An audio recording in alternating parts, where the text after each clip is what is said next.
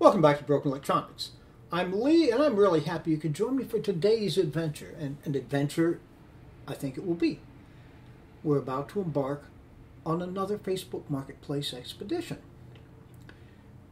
To find out what I found for today, we're going to have to travel to Shrewsbury, Massachusetts, which is just over the state line. It's about an hour away from my home. But I'm going to save you that time by making the trip myself. So if you want to see what we found now, which I'm sure is probably going to be given away in the title, but anyhow, stay tuned. Well, we are in fact in Sturbridge, not that far from the seller's home, but of course I didn't want to invade his privacy at all. Sturbridge is known primarily for Old Sturbridge Village Historical Museum, where I've spent many hours. Okay, so quick look. Next should be home. Stay tuned. And we're back. About a 2-hour round trip. And I'm sure you don't really want to hear about all of that. An easy enough drive except for the sun. You want to know what I got. It is a PowerMac G4 AGP graphics, aka Sawtooth. Alright, now, I'm sure you're wondering to yourselves, Lee, why on earth did you buy another Sawtooth? You've got 2 of them already. Yeah, well, aside from the fact that I'm basically crazy, which you've probably figured out by now, there's something very special about this. There's a backstory to it, which always makes the machines more interesting to me. When I went to pick it up, the seller I talked to was a guy maybe late 40s, around 50, although honestly I thought he was quite a bit younger than that. And he told me that in the ad, it had said that the machine had been used for video editing, which obviously had to be quite a while ago. And I asked him that, and he told me that the machine was actually his wife's computer. And that just after college, she had a video production studio. She would do television commercials, various short films, that kind of thing. And this was her video editing rig at the time, which actually makes sense if you figure, he said about 20 years ago, he wasn't specific, but this machine is 21 and a half years old, let's say. This October, I believe, it will be 22. So, 21 years ago, this was the powerhouse. Macs have been the go-to for video editing for a long time now. And it was equally true back then. This also was the most powerful home computer you could get. You may remember having seen those ads about PowerMac G4s being classified as a weapon of war, etc., etc. But it was a very powerful machine. And there's something really special about this one, which we will see in a couple of moments. But I do want to share with you some of the goodies that came with it, which are falling all over the place here. The keyboard, similar to the keyboards that came with the iMacs, it should say on the back, yes, Apple USB keyboard, which is exactly what they call. I think I have like 5 of them now, including the grape one that's on the grape iMac G3. Okay. As most people did, and the cords are a hopeless tangle here, but there's a Logitech 2-button scroll wheel mouse. And most people did that. I use the 1-button mice that came with the machines just from the retro aspect of it. But this was, of course, a very common thing. A power cord, and there's a little enclosure on it that says G4, which was probably put in the office so that they knew exactly which cord went to the G4. I've never seen one quite like this. It's got this sort of multicolored twisting going on. It's a nice looking cord. I probably won't be using it, at least not right away, because I have plenty of things. And some other goodies. Tiger install discs. Xcode, welcome to Tiger, documentation. Yeah, and it's the install DVD, so it's all contained on that one disc. This, I believe, is the third retail Tiger that I own, but I'm always glad to have it, because as you know, it's always good to have spares. Okay, we'll hide that away. Actually, when I do install Tiger, I ordinarily use my Firewire installer. I can't get that to close right. All right, now, interesting little thing here. Let's see what we have.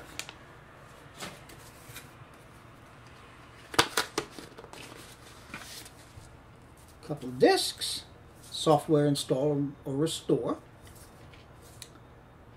Now this is interesting. Never been opened, I see. Apple Displays software. Now, I suspect this would have used one of the acrylic case Apple Cinema displays, and if they're doing it with video editing, you'd expect something of that kind. Although, of course, it's never been opened. I don't know. I'm going to crack that open at some point and just see what's on it. All right, I think what we need to do now is to take a closer examination of the machine, both outside and in. So please, stay tuned. Okay, let's take a quick look at the outside of the machine. The standard Sawtooth slate coloring. Optical drive. Now stock, this was a read-only DVD-CD player. We'll see what's actually in there when we crack it open. You wonder, with a video production company, if they may have upgraded that. Zip drive, okay, there's the faceplate for a zip drive, and it appears that there's a zip drive in there. We'll know that better in the future. The single speaker, start button, the reset button, and the programming button, which I've only used the programming button on the Sawtooth once. That was when I had to do a firmware upgrade to get what is now called the world's most powerful Sawtooth to be able to run Leopard. All right, your standard case. We get a little marking here. I don't know if that's scratches in the cut. No, not. Well, maybe it'll come out. Maybe it, yeah, that'll come off. Okay, yeah, those are not there permanently. Okay, well that's good, because yeah, other than that, this machine had looked absolutely gorgeous. Okay, now look at the back, the built-in I/O, 2 Firewire 400 ports, 10100 Ethernet, 2 USB 1.0, microphone, speaker, telephone jack. Now, pretty clearly we've got an upgraded graphics card there, because we see DVI, S-Video, interestingly enough, and a VGA port. Interesting. And there's a regular slot cover. There appears to be something in that middle PCI slot. We'll have to find out what that is. Okay, and the only way we're going to find that out will be to open the machine up and take a look. Now I'm going to need to get the camera reset on the tripod. We'll be back with you in a moment. Well, no, maybe I don't. Yeah, we can get it open with one hand and take a quick look. And yes, here's the big surprise. Look at that beautiful heatsink. So yeah, this was advertised, and I knew what was in here. This was advertised as a 1.8 gigahertz PowerMac G4. There was an inside picture, and I saw, of course, the internal FireWire built in. The only machine that came with internal was the Sawtooth. Okay, now, they had also said 1.5 megabytes of RAM, 1.5 gigabytes of RAM. Duh, been a long day already. Okay, so we obviously must have two 512s and two 128s, I guess. That would add up. And here's our card. It's got a fan on it, of course. This is going to run quite a bit hotter. But the other thing I notice, I think, I've never actually seen one, but I think I know what this is. And we'll find out when we boot it up, but I believe that this is an ATI Radeon 9800 with 256 megahertz of video RAM. The most powerful card that you could put in a PowerMac G4, by far. And it has Molex power on it. Yes, indeed. Okay, now that slot in the middle,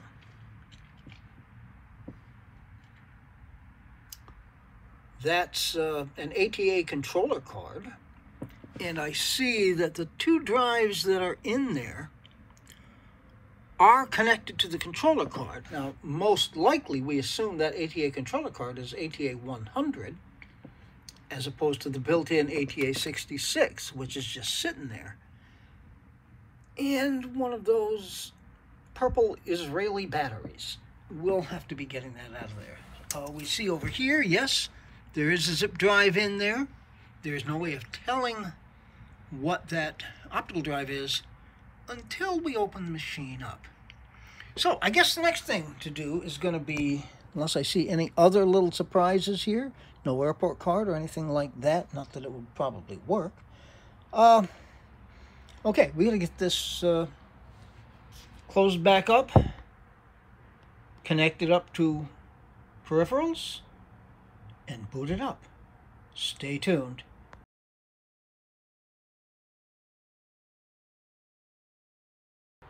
All right, let's share the first boot. I know the power button's there, so there it is. And we have a chime. Always a satisfying sound, particularly with a new machine. Well, new to me. 21-and-a-half-year-old new machine. Okay, we have video.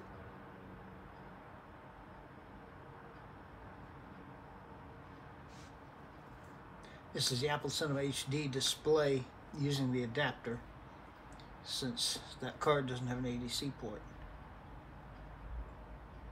And we're booting into OS X. There's our progress wheel.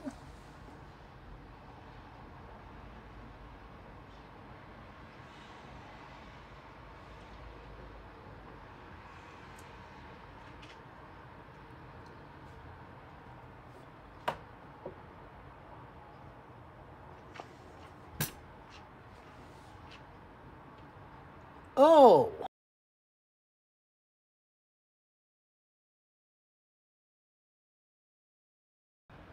Admin and a password.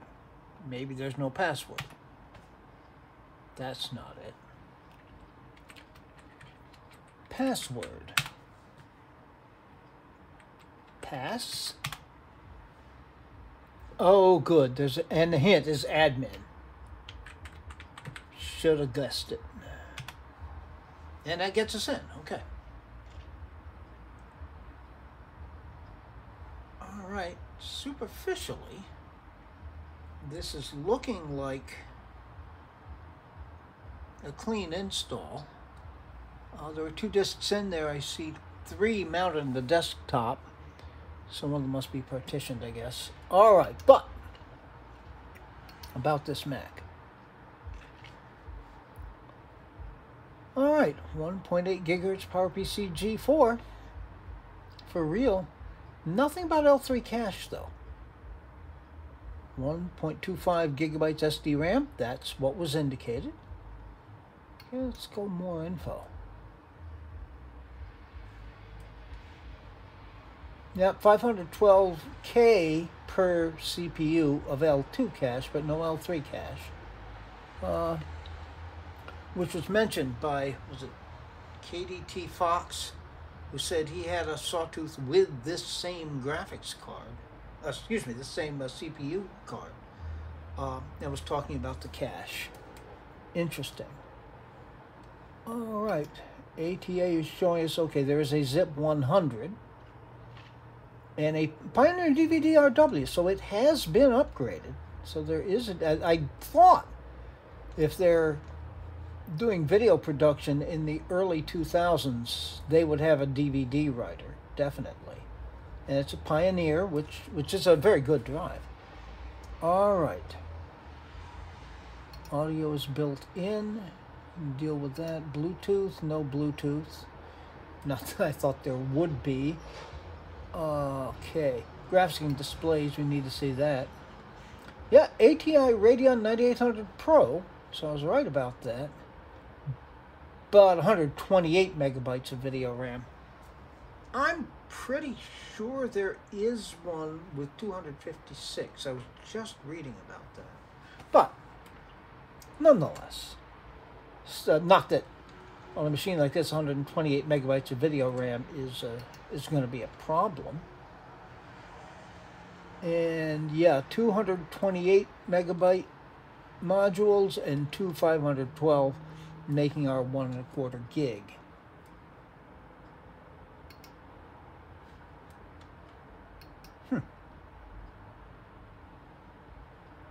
SCSI.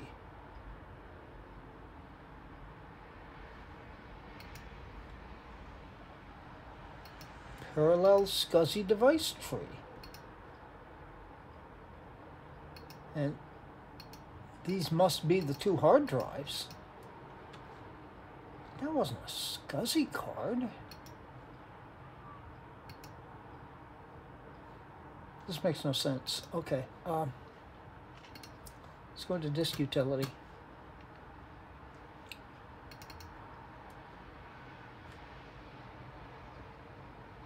Okay, here's our drives. Disk description, ATA, WDC, okay. Connection bus, SCSI. That's strange. How about this one? Same thing. But it says ATA right here. I don't get it. Okay, I'm going to have to do some research on this, and I probably should explore into the machine a little bit further. It looks superficially like just a clean install of Tiger, so hopefully all of the personal data is wiped, but I'm going to take a look before we start doing it on camera. Stay tuned. Powered the machine down and looked at the cables. I mean, those are IDE cables. That's an ATA controller card. It has to be. And I went back into System Profiler. It says here A-Card 6280M. So a little digging on the internet. We have the A-Card AEC 6280M storage controller ATA 133 PCI specs. So that's the card, clearly. It's, yeah, ATA 133, a huge improvement. Slightly, ever so slightly over double the speed of the ATA 66 bus that's in the machine. So that makes perfect sense as an upgrade before SATA was a thing. And I get the system, for whatever reason, is just identifying it as SCSI. I suppose that doesn't matter. Okay, now, yeah, I've looked into the drive a little bit. Okay, I've got to do something here, because I keep losing the cursor. So I want to make it a little bit bigger. Okay. Yeah, and this video footage has, if there's ever anything on it, and I assume there was, has been erased. So, yeah, video files were stored in here in preparation for working on them. And the external boot, there's that. There's nothing in there. I have no idea what the purpose of that was. Now, the system folder, this is a little strange. It's got a developer folder with extras, palettes, Qt palette, and Mac OS. There's something in there, but it's nothing. Oops, that's not what I meant to do at all. Okay, and a folder called Fake, which has got an OS 9 system folder in it. Strange. And then Test 1, which has got a system folder and Install Mac OS 9.